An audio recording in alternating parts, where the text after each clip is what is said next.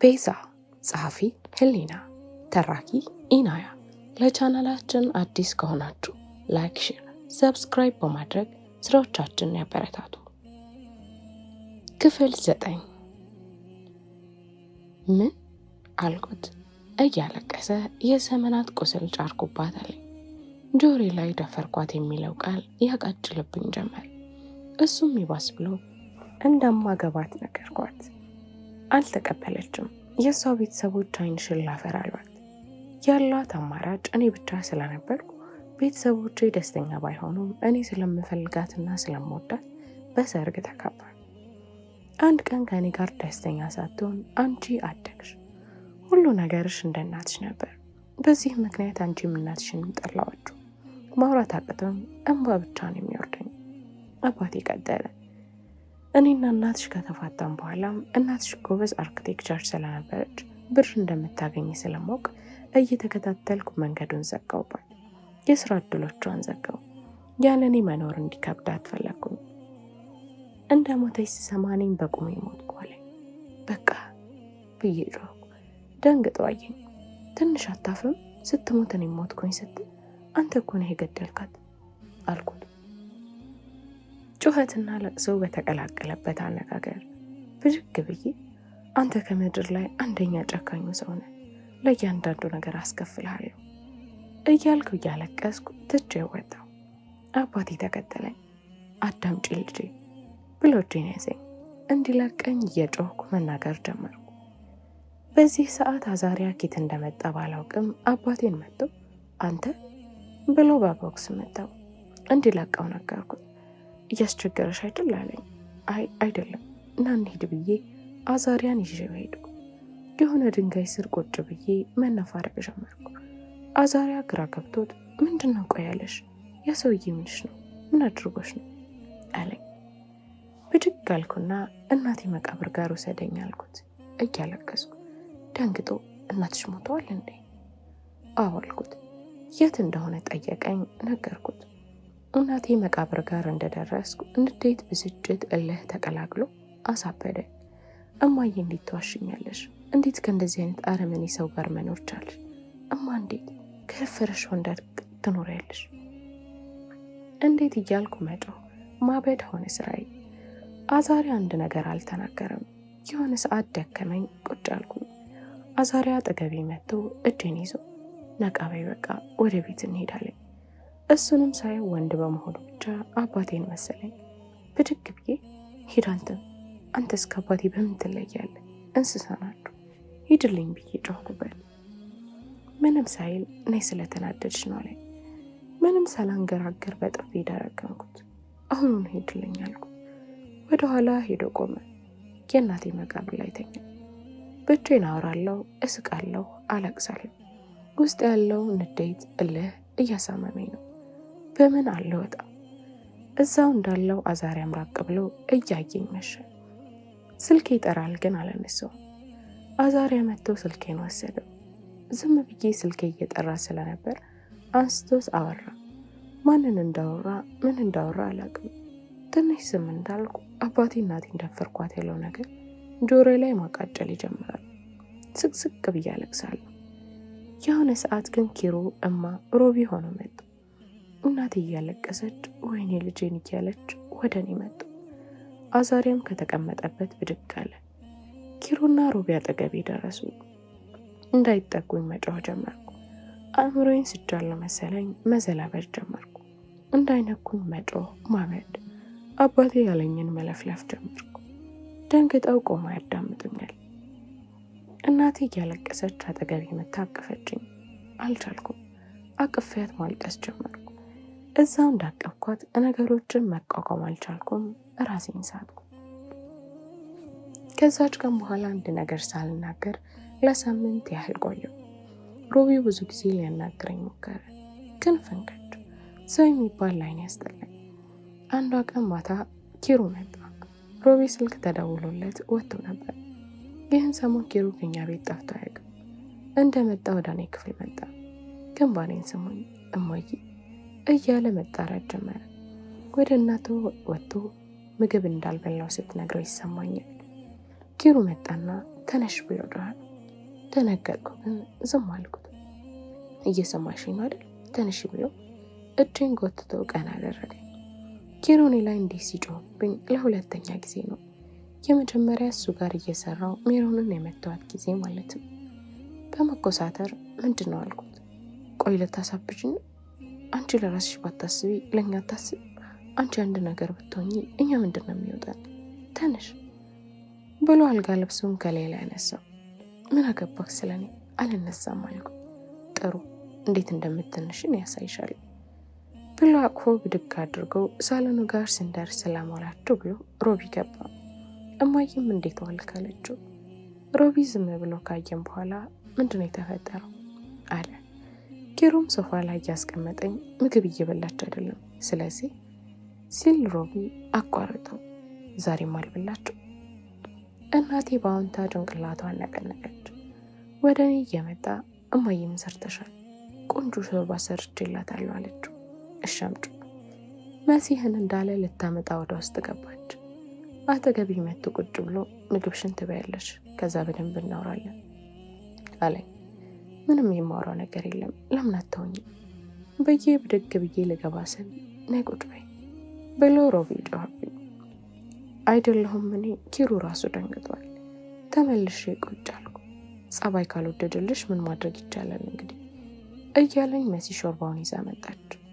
ጠረጴዛ ላይ አድርጌው አላት። ቁጭ አድርጋው ወደ ጥግ ጋር ቆመች። እጄን ይዞ አስነስቶ ጠረጴዛ ጋር ወስዶ አስቀመጠኝ። አፍጥኛ አለኝ። ምኑን? ምግቡን ብያልኩሽ ነው። ሮቢ መብላት እንደማልፈልግ ደጋግሜ እየነገርኩ ነው እኮ። ስሚኝ ቤዛ፣ አሁን ገብቼ ልብስን ቀይሬ እስከምመጣ የሾርባ ይቀመስና እማማ ትሙት በእኔ ምክንያት ካልጋ እንዳትነሽኝ ማደርግሽ ብሎኝ ገባ። እንባ እየተናነቀኝ ሾርቤን ጠጣው። ሮቢ ሲመጣ እየጠጣሁ ምንም ሳይል ስልኩን መነካካት ጀመረ። እንደ ጨረስኩ ወደ ክፍሌ ገብቼ ስቅስቅ ብዬ አለቀስኩ። እልህ ነው ወይስ አሁንም ስለ እናቴ የሰማሁት ነገር እያቆሰለኝ? እንጃ። ሌሊት ላይ እንቅልፍ አልወስዳለኝ። ቀስ ብዬ በረንዳ ላይ ቁጭ አልኩ። ስልኬን ከፍቼ የተመጡልኝ ቴክስቶች ማየት ጀመርኩ። አንዱ የዳጊ ነው። ስልኬ ላይ ሲደውል ኪሮ እንዳነሳውና ስሜቴ ጥሩ እንዳልነበር እንደነገረውና ደህና ሰውን ምን እንደሆንኩ ትነግሪኛለሽ የሚል ነው። የሄሉም እንደዛው፣ ግን ሄሉና ዳጊ መጥተው አይተውኛል። ሌላኛው የዳጊ ጓደኞች ናቸው። ዳጊ ትንሽ እንዳመመሽ ነግሮናል፣ ፈጣሪ ማርሽ ይላል። ሌላው ደግሞ አዛሪያ ነው። የእሱ በዛ ይላል። በቀን በቀን ነው መሰለኝ ቴክስት ያደረገው። ደህንነቴን የጠየቀኝና ሊያወራኝ እንደሚፈልግ ነገር። ሁሉንም አይቼ ዝም ብዬ ማሰብ ጀመርኩ። አባቴ ድቅን አለብኝ። ድርጊቱን በሀሳቤ ሳልኩት። እናቴ ያሳዘነች። ሳላስበው እንባ ይፈሳል። እስካሁን ያለቀስሽው አይበቃም አለኝ ኪሮ። ደንግጬ ቀና አልኩ። ፈገግ ብሎ አጠገቤ ቁጭ አለ። ይቅርታ ግን ስታለቅሺ አይኖችሽ ያምራሉ አለኝ። ዝም አልኩት። እንደተጎዳሽ እኮ አውቃለሁ፣ ግን እባክሽ ባለፈ ነገር ራስሽን አትውጪ፣ ለእኛ ታስፈልጊናለሽ አለኝ። ትኩር ብዬ አይቼው እውነት እንዳንተ አስፈላጊ ሰው ነኝ አልኩት። ፈገግ ብሎ በጣም እንጂ አለኝ። ለምን? ትንሽ ዝም ብሎ አላውቅም ብሎ አንገቱን ደፋ። ትንሽ ዝም ካለ በኋላ ሁሌ ልጠይቅሽ የምፈልገው ጥያቄ አለኝ። ምን አልኩት። አላውቅም ምን እንደሆነ፣ ግን ሁሌም ጥያቄ ይፈጥርብኛል። ቆይ ምንድን ነው እሱ? አይን አይኔን እያየ ለምንድን ነው እኔ ጋር ተቀጥረሽ ትሰሪ ነበረው? እሺ እሱስ ሲሆን ለምንድን ነው እየተማርሽ አልተማርኩም ያልሽ? አንቺ ያለሽ እውቀት ሌላ እንድትሰሪ ያደርግሽ ነበር። ለምን እኔ ጋር ጽዳት ሰራሽ አለ። ዝም አልኩት። በዚህ መልስ እፈልጋለሁ። መልስ የሌለው ጥያቄ አትጠይቀኝ። ተይህ መልሳለሁ። ያለ ምክንያት እንዲያታደርግኝ አለ። ኪሩሽ በቃ ቃል ገባልሃለሁ። ጊዜው ሲደርስ እነግርሃለሁ። አሁን ደህና ደር ብዬ ወደ ውስጥ ገብቼ ተኛሁ። ጠዋት ክላስ ስለነበረኝ ልብሴን ለባብሼ ወደ ትምህርት ቤት እና ሮቢ አድርሰውኝ ሄዱ። ክላስ ስገባ ሄሎ አልነበረችም። ክላስ ጨርሼ ስወጣ ሄሎ ጋር ደወልኳት፣ አታነሳም። ወደ ቤት ከምገባው ብዬ የግቢው ውስጥ ሰው የማይበዛበት ጋር ቁጭ አልኩ። ብዙም ሳይቆይ ግን እና ዛሬ ደወለ። አነሳሁት። ደህንነቴን እየተከታተለ ከጠየቀ በኋላ ዛሬ ክላስ እንደነበረኝና እንደመጣው ጠየቀኝ። ግቢ ውስጥ እንደሆንኩ ነገርኩት። ያለሁበትን ጠየቀኝ። እሱም ግቢ እንደሆነና እንደሚመጣ ነግሮኝ ዘጋው። ብዙም ሳይቆይ መጣ። አጠገቤ መጥቶ እስቲ በፈገግታ ብትቀበይ ምን ችግር አለ አለኝ። ፈገግ ብዬ ተነስቼ አቀፍኩት። እሱም አቀፈኝ። ለቅቄው ልቀመጥ ስል አልለቅም አለኝ። እንደምንም አስለቅቄ ና ቁጭ በል አልኩት። እሺ ብሎ አጠገቤ ቁጭ አለ። አንዳንድ ነገር ካወራን በኋላ ለባለፈው ነገር ግን በጣም አመሰግናለሁ፣ ምን እንደምልህ አላቅም፣ አስቀይሜህም ከሆነ በጣም ይቅርታ አልኩት። ጣጥ የለውም ማድረግ ግን ለጥፊ ትክሽኛለሽ አለኝ። ፈገግ ብዬ እሺ ችግር የለውም አልኩት። ስለ እውነት ግን ማንም ሴት በጥፊ መታኝ አታውቅም አለኝ። ከፍቅረኛ ጋር ተጣልታ አታውቅም እንዴ አልኩት። ፈገግ ብሎ ፍቅረኛ አለህን? አትጨነቅ የለኝም አለኝ። ወሬኛ ወሬ ያለብህ እባክሽ፣ አይደለም ጥፊ አይተውኝ አያውቁም ማለት ይፈርኋል። አይ ማታ አግኝቻቸው ሳይነጋ ስለምለያቸው ነው አለኝ። አንተ አልኩት። አንዳንድ ሴት የምጥም አይደለሁም እያልከኝ ነው? እንደዛ ነው እንዴ? እኔ እንጃ አለኝ። እኔ ምልሽ እርጋታሽን ከየት ነው የመጣሽው? ረጋ ያልሽንሽ እያልከኝ ነው? አዎ በጣም ስታለቅሺ ራሱ እርጋትሽ ያስታውቃል አይደል? አዎ በጣም ረጋ ያለች ሴት ቀልቤን ትገዛለች። እና እኔ ገዛሁት? አዎ ቆየሽ ግን በዱቤ። አንተ ደግሞ ጨዋታ ትችላለህ። እሺ አሁን ወደ ቁም ነገሩ እንምጣና ባለፈው የተፈጠረውን አስረጅኝ አለኝ። በአንዴም ባቀረረኝ እንባዬ ጠብ ጠብ አለ። ደነገጠ። በቃ ተይው በፈጣሪ ተይው በቃ አለኝ። የማለቅስበት ሰው ፈልጌ ነበር መሰለኝ። ስቅስቅ ብዬ አለቀስኩበት። አቅፎ ያባብለኝ ጀመረ። እያለቀስኩኝ ስልክ ይጠራ። ከእንቅልፍ እየወጣው ወደ ስልክ ያየው። ልቤ ይላል። ኪሮ ነው።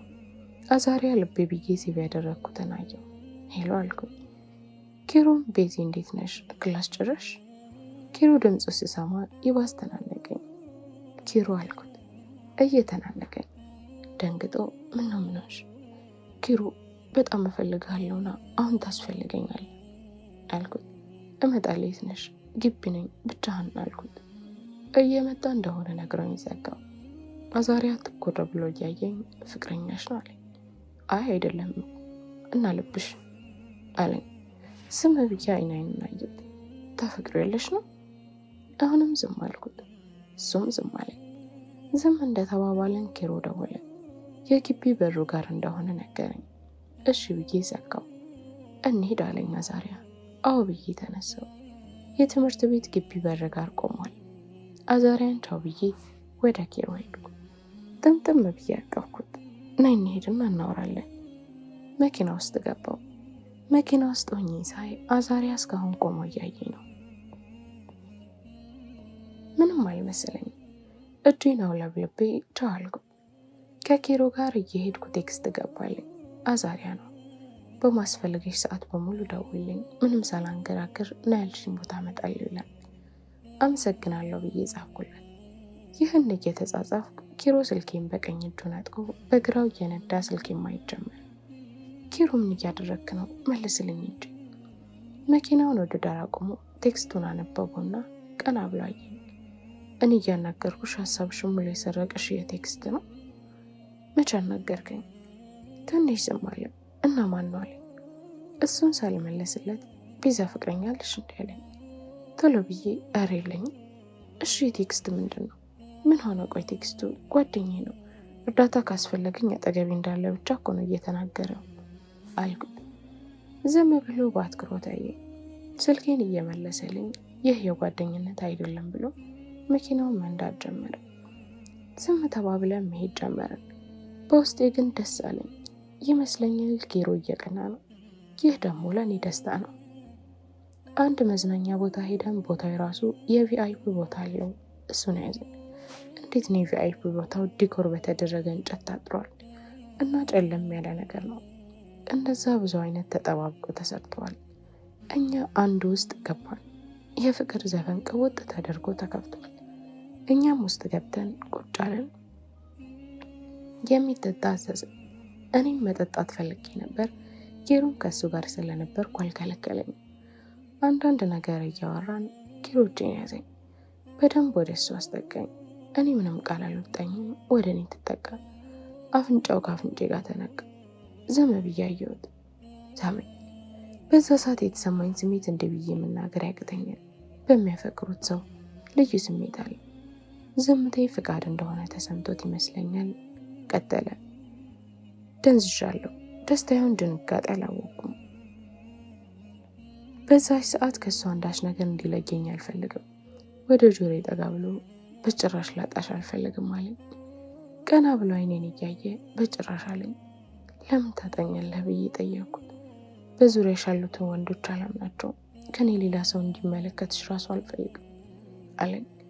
ለምን ኪሮ ብዬ በድጋሚ ጠየቅኩት። ምክንያቱም ብሎ ዝም አለ። በጣም ስለማፈቅርሽ ብሎ እንባዬ ወረደ። ከኪሮ ይህን ቃል መስማት ለኔ ቀልድ አይደለም። ከብዙ ተስፋና ምኞት በኋላ ኪሮ አፈቀረኝ። አይኔን እያየ ያየሁሽ ቀን ነው ከአንቺ ፍቅር ያዘኛል። ግራ ተጋብቼ እየምርህን ነው አልኩኝ። አሁን ግን በዛን ሰዓት ከአንቺ ጋር መሆን አልችልም፣ ሁላንቺን በማፍቀር ይናደድ ነበር አለኝ። ደንግጬ ለምን ምን ከደረግኩ አልኩት። በዛ ሰዓት ከሜሮን ጋር መሆን የግድ ነበር። አንቺ ማፍቀሬ ደግሞ ከአንቺ እንጂ ከእሷ ስር እንድገኝ አያደርገኝም። በዛው ልክ ደግሞ ኩራት ሽላህ ነበር የሚያስይዘው። ብዙ ጊዜ ደግሞ ለሊዮ ነው እንጂ ለእኔ አትሰጭኝም ነበር አለኝ። ኧረ ምንድን ነው የምትለው አልኩኝና ወይ ረስቼው ምን አይነት ሰው ነኝ? ምን ይታዘበኛል አልኩኝ ሳላስበው። ኪሮም ግራ ገብቶት ምንድን ነው አለ። ሊዮ ራት ልጋብዝሽ ብሎን ሲመቸኝ ብዬ ጠፋሁበት አልኩት። ኧረ በሚል አስተያየት አየኝ። አፌን ዘጋው። እራት ልጋብዝሽ አለኝ። ስም አልኩት። አንቺን ለማስደመምና ወደ ራሱ ለመሳብ የማያደርገው ነገር የለም አይደል? ኪሮ እንደምን የምትለው እረፍ እንጂ ምን ነው ዋሻው? ከአንቺ ጋር ሌላ ነገር እንደሚፈልግ ያስታውቅበታል አለኝ። የቀዳውን መጠጥ እየጨለጠው ኪሮ ቀስ ብለህ ጠጣ እንጂ አልኩት። እሺ ለማንኛውም ግን እሱ ምን ያስብ አያገባኝም። ምክንያቱም እኔ ከአንቺ ሊያርቀኝ የሚችለው ነገር የአንቺ ውሳኔ ብቻ ነው አልኩት። አቁም ኪሮ፣ ተው ኪሮ፣ ሂድ ኪሮ፣ ወይም አልፈልግም ኪሮ የሚባሉትን ስትይ እኔም ውሳኔሽን አክብሬ እሄዳለሁ አለኝ። ዝም ብዬ ፈገግ አልኩኝ። ስለዚህ ብሎ በድጋሚ ወደ አንገቴ ጠጋ ብሎ ይህንንም ተው ካልተባልኩ አልተውም ብሎ ወደ አንገቴ ስር ገብቶ ይስመኝ ጀመር። ኪሮ አታድርግ፣ አቁም ማለት አልቻልኩም። የሆነ ኃይል አሰረኝ፣ ያዘኝ። በዚህ ከቀጠለ ግን ጥሩ እንደማይሆን ስለተረዳው ኪሮ በቃ ተው ብዬ አነሳው። ዝም ብሎ አየኝ። ኪሮ ይህ ልክ አይደለም እኔ ብዬ ላውራ ስላቋረጠኝ ችግር የለውም በቃ ቤዚ፣ እኔ ማበዛት አይደል? ዝም አልኩት። አንዳንድ ነገር እያወራን ትንሽ ሞቅ ይለኝ ጀመር እና ዝም ብዬ መሳቅ ጀመርኩ። አንዴ ማልቀስ፣ አንዴ መሳቅ፣ እንዲህም ሆኜ መጠጣት አላቆምኩም። የሆነ ሰዓት ስልክ ጠራ። ሳየው አዛሪያ ነው። ኪሮ ማን ነው በሚል አስተያየት አየኝ። አንስቼ ሄሎ አዞ ወይ ያልኩ። ግራ ገብቶት ቤዛ አይደለሽም እንዴ? ቤዛ የለችም አለኝ። ከት ብዬ እየሳቅኩ ቤዛ ነኝ አዙዬ አልኩ። የት ነሽ ጠጥተሻል እንዴ እያለ የጥያቄ ማዕት አወረደብኝ። አዙዬ ከኪሮ ጋር ነኝ እና ተቀላቀለኝ ብዬ የቤቱን ስም እየዘላበድኩ ነገርኩት። ዝም ብዬ ስለፈለፍበት ጆሮዬ ላይ ዘጋው። ኪሮም ዝም ብሎ እያየኝ ማን ነው አለኝ። ወይ አታውቀውም እንዴ? አዛሪያ ብዬ። ቆይ አስታውቅሃለሁ አልኩት። ቆይ ቅድም ያየሁ ልጅ እኮ ነው አብሮኝ የነበረው። ታዲያ እንደዚህ እየተሞላቀቅሽ የምታወሪው እሱን ለምን አስፈልጋለኝ? ኪሮ ቀናህ እንዴ አልኩት። እንዲህ ከሱ ጋር እየተማዘዝኩ ሽንት የመጣ ኪሮ ብዬው ወደ መጸዳጃ ቤት ሄዱ። ልክ ስወጣ የሆነ ሰው እጄን ያዘኝ። ዞር ስል አዛሪያ ነው። ከት ብዬ እየሳኩ እንዴ መጣ እንዴ አልኩት። እጄን ጎተት አድርጎ ነይ እንሄዳለን። እንዴ ኪሮ ውስጥ እኮ ነው፣ ነይ ተይው። እንዴ እኔ ኪሮን ብቻ እንድንወጃ አልራመድም፣ እሺ ባይሆን አብረህን ፈታ ትላለህ እያልኩ እየጎተትኩት ወደ ኪሮ አሰድኩት። ኪሮ ሲያየው ብድግ አለ። ኪሮዬ አሁን አዞም ስለመጣ እዛ ጋር ለሶስታችን የሚበቃ ቦታ እንዝናና ብዬ ወሰድኩት። ኪሮ ቃል አልተነፈሰም። እኔው እየጠጣው ነው እያወራው፣ እኔ እየሳኩ ማበድ ሆነ ስራዬ። ኪሮ ስልኩ ጠራ። ሊያወራ ተጠራርቷል። አዛሪያም አይበቃሽም መጠጡ አለ። ከኪሮ ጋር ስለሆንኩት ችግር የለውም እሺ፣ ፍቅረኛሽ ነው እንዴ? ቢሆንማ በምን እድሌ። ቆይ አሁን እኮ ፍቅሩን እየገለጸልኝ ነበር። ስለዚህ ፍቅረኛ መሆን ይችላል እያልኩ ስዘላብድ ተመልሶ መጣ። እሺ ቤዛ ጓደኛ አለው ኪሮ ለአዛሪያ። አዛሪያ ስሜ አዛሪያ ነው አለው። ኪሮ ፈገግ ብሎ ጥሩ ጓደኛ ነህ? ፈጥኖ ደራሽ አለው። አዛሪያም አዎ በጣም ስለማስብላት አወራሯ ስላልተመቸኝ ነው ቶሎ የመጣሁት አለ። ኪሮም ቀበል አድርገው እንግዲህ እንደምታየው ችግር ውስጥ አይደለችም፣ ስለዚህ መሄድ ይችላል። ከኔ በላይ እሷን መጠበቅ የሚችል የለም አለው። አዛሪያ ፈገግ ብሎ ለዛ ነው ያለአግባብ ስትጠጣ ዝም ያልካት? ምን ለማለት ፈልገህ ነው አለ ኪሮ። እኔ ሁኔታቸው ዝም ብዬ ማየት ጀመሩ። አዛሪያ ምናልባት አስግረህ ምን እንደምታደርጋት ምን ይታወቃል ሲል አዛሪያ ብዬ ጮህኩ። ኪሮ ብድግ ብሎ አንገቱን አነቀ። ከዚህን ሰዓት ሮቢ ኬት እንደመጣ ሳላየው መጥቶ ኪሮን ከአዛሪያ አላቀቀው። ኪሮን አረጋግቶ አስቀመጠው። ወደ አዛሪያ እያየ ሂድ አልኩት። ላንቺ አስቤ እኮ ነው አለኝ። ሂድ በቃ አልኩት። እሺ ካልሽ ብሎ አልፎኝ ሄደ። ሮቢም ተነሱ በቃ ብሎ ወደ ቤት ይዞን ሄደ። መጠጡ አናቴ ላይ ስለወጣ እንደገባው ተኛው። በጊዜ ስለተኛው ሌሊት ነቃው። ስልኬን ከፍቼ ሳየው 7 ሰዓት ይላል። ብገላበጥ እንቅልፍ እምቢ አለኝ። እንደለመድኩት ተነስቼ በረንዳ ላይ ልወጣ ካልጋዬ ተነሳሁ። አንድ ቀን ግን መጋኛ ይመታኛል። ውጪ ሌሊት ቁጭ እያልኩኝ ብዬ ያሰብኩ ወደ ሳሎን ሄድኩ። ድምፅ ሰማሁ። ከበረንዳ ሮቢና ኪሮ መሆናቸውን ጠጋ ብዬ አረጋገጥኩ። ኪሮ እዚህ ነው ያደረው ብዬ ልመለስ ስል የሚያወሩትን መስማት ፈለግኩ። በሩ ስር ተጠግቼ ማዳመጥ ጀመርኩ። ኪሮን የሚያወራው ሮቢ ሙት በጣም ነው የተናደድኩት። አውቃለሁ እህት እንደሆነች፣ ግን በቃ ቅድም ብችል በጥፊ በመታት እንዲደስ እንደሚለኝ አለው። ሮቢም አንተ ምን እየሆንክ ነው አለው ለኪሮ። ኪሮም ምን ላድርግ ስሜቴን እየነገርኳት ወንድ ወዳለንበት ቦታ ትጠራለች አለው። ስለጠጣሽ ነው። እኔ ቤዛ መጠጣ እንድጠጣ ማልፈልገው ለዚህ ነው። የምታደርገውን አታውቅም አለ ሮቢ። ትንሽ ዝም ከተባባሉ በኋላ ሮቢ ለኪሮ ኧረ ሳልነግርህ ሊዮ ቅድም ደውሎልኝ ነበር። ኪሮም ኧረ እሱ ፈረንጅ ግን ቤዛን የሚያየት አስተያየት አልወደውም። የሚያደርግላትም ነገር ሆነ የሆነ ነገር እንደፈለገ ያስታውቃል። ሮቢ እርግጥ ነው ደውሎልኝም ስለሷ ነበር ሲጠይቀኝ የነበረው አለው። ኦህ እኔ አላቅም በቃ ምን እንደምን ለምን ይላግባት አለ። ሮቢም ቀበል አድርጎ አንተ ቤዛ እኮ ልጅ ናት ገና አለው። ኪሮም ፈገግ ብሎ ልጅ መውለድ የምትችልበት እድሜ ላይ ናት፣ ልጅ አይደለችም ወይ ቢያንስ ቀለበት ልሰርላት ወንዶቹ አይናቸው እንዲያርፍልኝ እኮ ነው አለ ኪሮ። ሮቢም በልበል ቀልድ የለም በዚህ አግብታህትም ቢሆን የማያርፉ እንዳላለው። ቆይ ግን አፍቅረህ ታውቃለህ ብሎ ጠየቀው ኪሮ ለሮቢ። ሮቢም ለምን ጠየቀኝ? ስሜቴን ምን ያህል ትረዳኛለህ ብዬ ነው። ሮቢ ዝም አለ። ኪሮም እኔ አላምንም ሮቢ፣ እንዲህ ዝም ካልክ የሆነ ነገር አለ ማለት ነው። በደንብ ነው የማውቀህ። ተው በእናትህ ምንም የለም አለ። አንተ ኪሮ እኮ ነኝ፣ ከኔ ልትደብቅ ነው? ሮቢም ትንሽ ዝም አለና የኔ የማይሆን ፍቅር ነው አለው። ኪሮም ቀበል አድርጎ ማለት ለኔ ማትሆን ሴት ነው ያፈቀርኩት አለ አይደል፣ የኔ ልትሆን አትችልም አለው። ኪሮም ለምን አለው። ይህንን ማሰብ አልፈልግም። የማይሆን ሰው አፍቅሬ ጥፋተኝነት ስሜት ይሰማኛል። ጭራሽ ለምን እንደማላገኛት ሳስብ ይብስብኛል አለው። እሺ እሱን ትተህ ምን ሆነ ወደድክላት? አሁን እኔ ከቤዛ ምን ሆነ ወደድክላት ብትለኝ ብዙ ዘረዝርልካለሁ። አንተስ ሮቢ ምን ሆነ ያፈቀርከው አለው። ሮቢም ኪሮ እንዲልልህ አልችልም።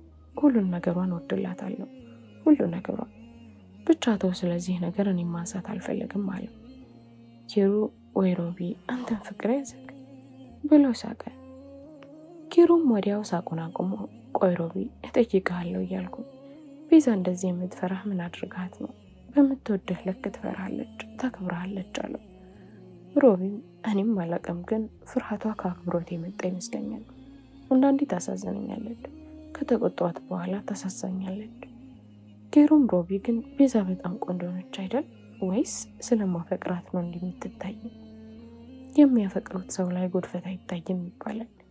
አይኔ በፍቅር ታውሮ ነው። ለአንተም አይን እንደዛው ነው የምትታይክ አለው። ሮቢም ውይ የኔም አይን እንዳንተው ነው አለው። ክፍል 10 ይቀጥላል።